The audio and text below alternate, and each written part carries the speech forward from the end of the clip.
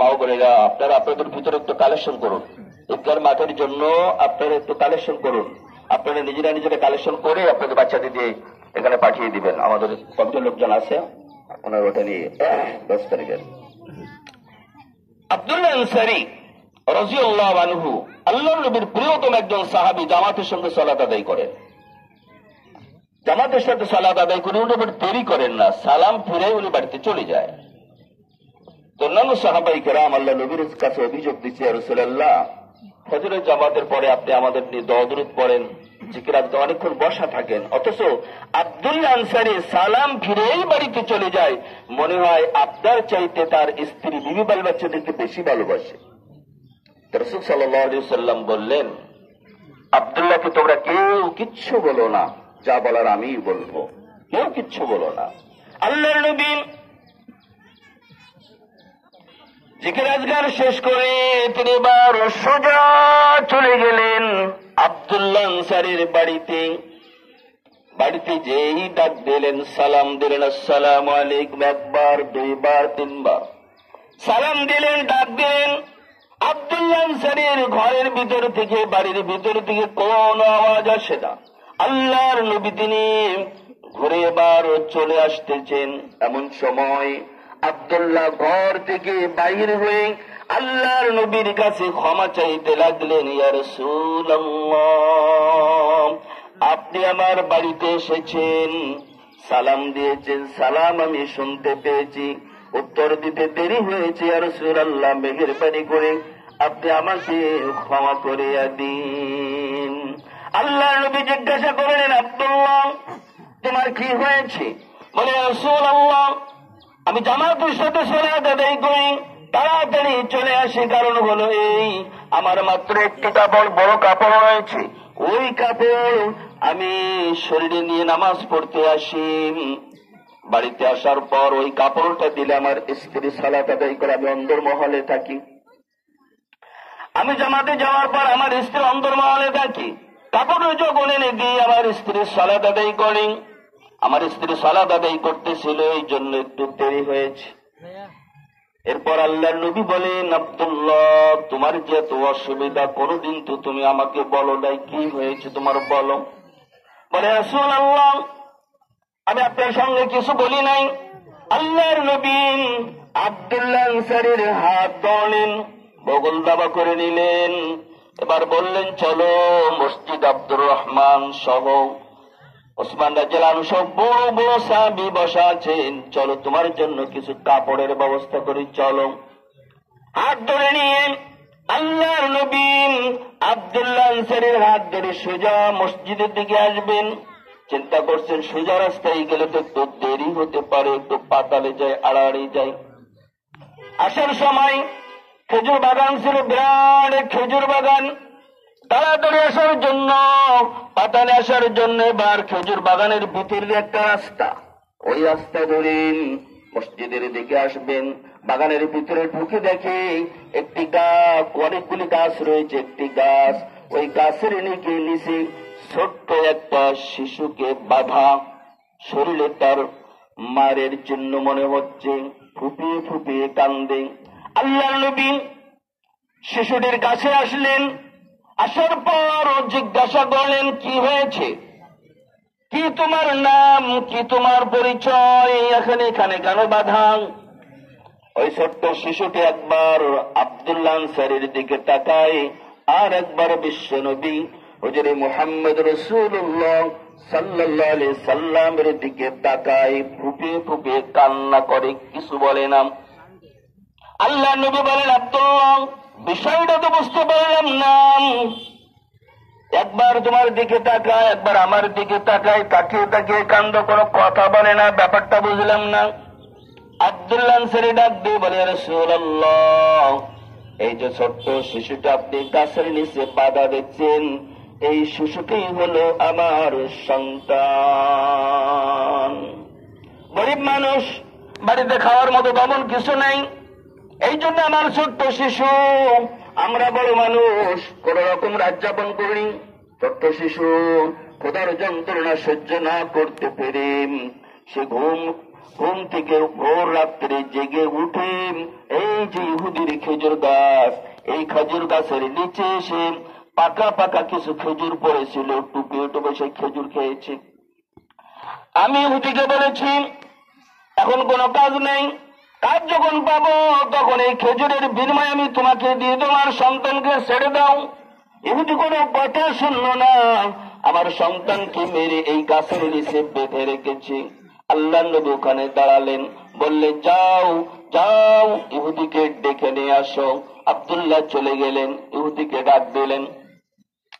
ইহুদি চলে আসলো, ইহুদির কাছে জিজ্ঞাসা করলেন, ইহুদিকে বেঁধে রেখেছে কেন? বলে আমার গাছের খেজুর খেয়েছে। আমি বারবার নিষেধ করি, শোনে না, আমার গাছের খেজুর খেয়েছে এই জন্য তাকে বেঁধে রেখেছি, তাকে মেরেছি।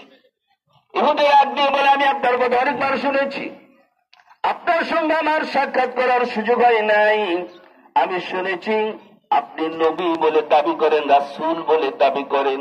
ঠিক আছে, আপনি কেমন নবী কেমন রাসূল আমাকে একটু বাস্তবতা দেখাতে হবে।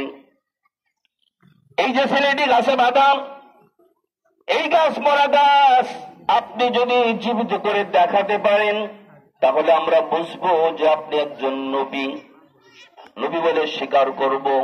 আপনি এই গাছটি, মরা গাছটি জীবিত করুন। আল্লাহর নবী আল্লাহর কাছে দোয়া করলেন, আল্লাহ রাব্বুল আলামিন মুহূর্তের ভিতরে গাছটি জীবিত করে দিলেন। ইহুদি বলেন এত হবে না, গাছ জীবিত হলো বুঝলাম, আমি নবী, এটা নবী বলে আপনাকে মেনে নিলাম। অনেকগুলি গাছের ভিতরে গাছটা মরা, জীবিত হয়েছে, ঠিক আছে, এই গাছে এখন খেজুর আসবে, পাকা পাকা খেজুর আসবে, খেজুর ওখান থেকে কিছু নিচে পড়বে, খেজুর দেখবো, হ্যাঁ খেজুর ধরেছে এবং পেকেছে। এটা যদি বাস্তবতায় দেখতে পারি তাহলে আমি আপনার হাতে হাত দিয়ে কালিমা পড়ে মুসলমান হয়ে যাব।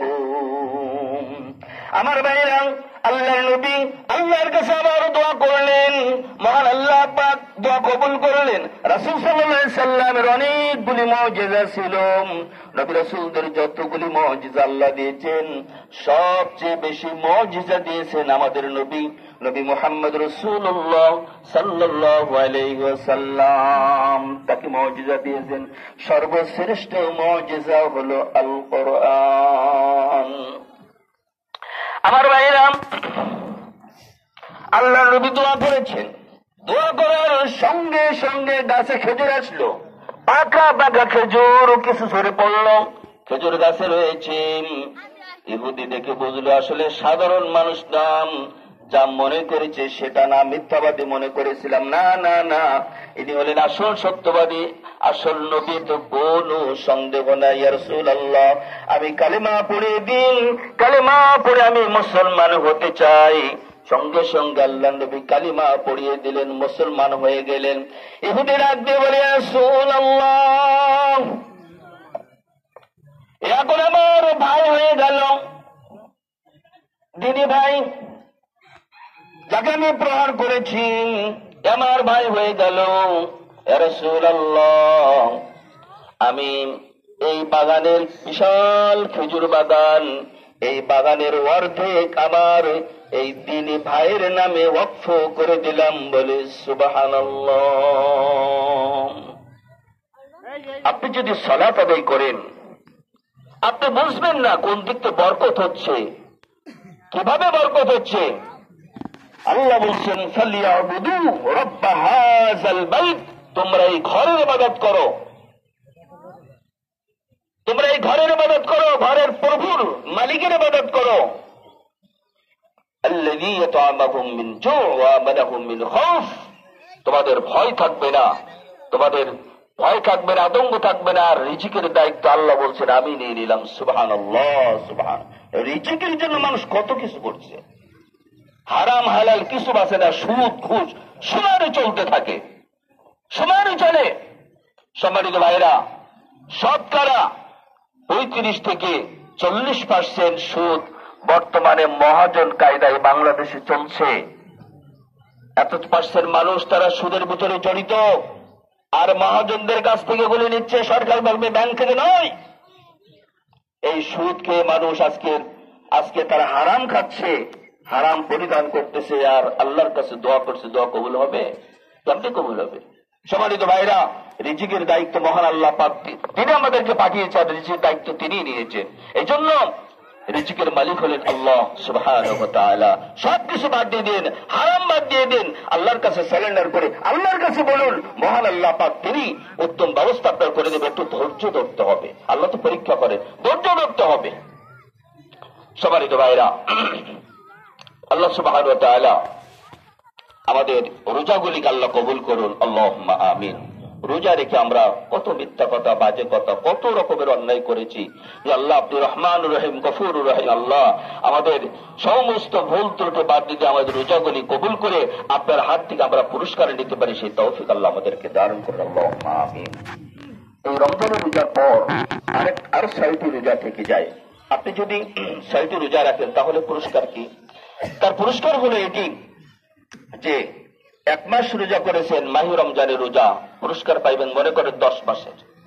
10 মাস 6টি রোজা রাখবেন, 6 10 60, তাহলে 12 মাস রোজা রাখার নেকি আল্লাহ রাব্বুল আলামিন আমাদের নামে আমলে দান করবেন। সুবহানাল্লাহ, সুবহানাল্লাহ। কোন ব্যক্তি যদি আল্লাহর সন্তুষ্টির উদ্দেশ্যে মাত্র একটি রোজা রাখে, ওই ব্যক্তি থেকে জাহান্নামকে আল্লাহ অতটা দূরে সরিয়ে দেন যতটা দূরে 3টি গর্ত পরিমাণ দূরে সরিয়ে দেয়। একটা গর্তের দূরত্ব হলো আসমান এবং জমিনের যতটা দূরত্ব, এই 3 দূরত্বে জাহান্নামকে আল্লাহ সরিয়ে দেন। তার মানে জাহান্নামকে সরিয়ে দিয়ে বিনিময় কি দিবেন? জান্নাত দিবেন, জান্নাত দিবেন। আল্লাহকে ইবাদত বন্দেগী জিকির আজগার করে যতটা সন্তুষ্ট করা যায়, সবচেয়ে সন্তুষ্ট করার বড় মাধ্যম হচ্ছে শ্যামব্রত পালন করা।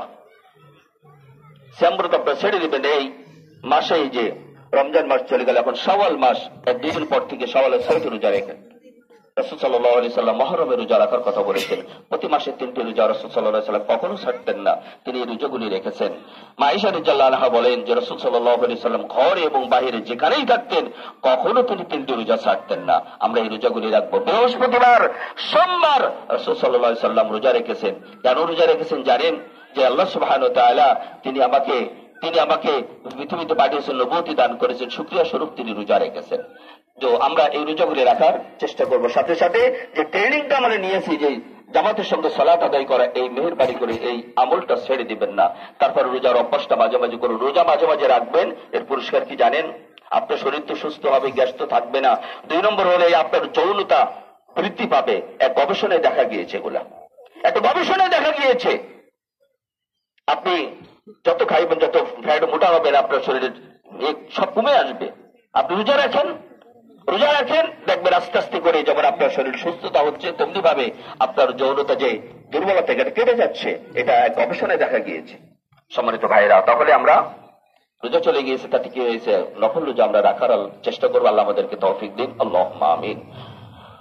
أقول قولي هذا استغفر الله لي ولكم ولسائر المسلمين। আল্লাহ সুবহানাহু ওয়া তাআলা আমাদের রোজাগুলিকে কবুল করুন, সালাতকে কবুল করুন। আল্লাহ আমরা জানা অজানা সগীরা কবিরা যত রকমের গুনাহ করেছি, আল্লাহ আপনার রহমান নামের খাতিরে আমাদের জিন্দেগীর গুনাহ খাতাগুলো আপনি মাফ করে দেন।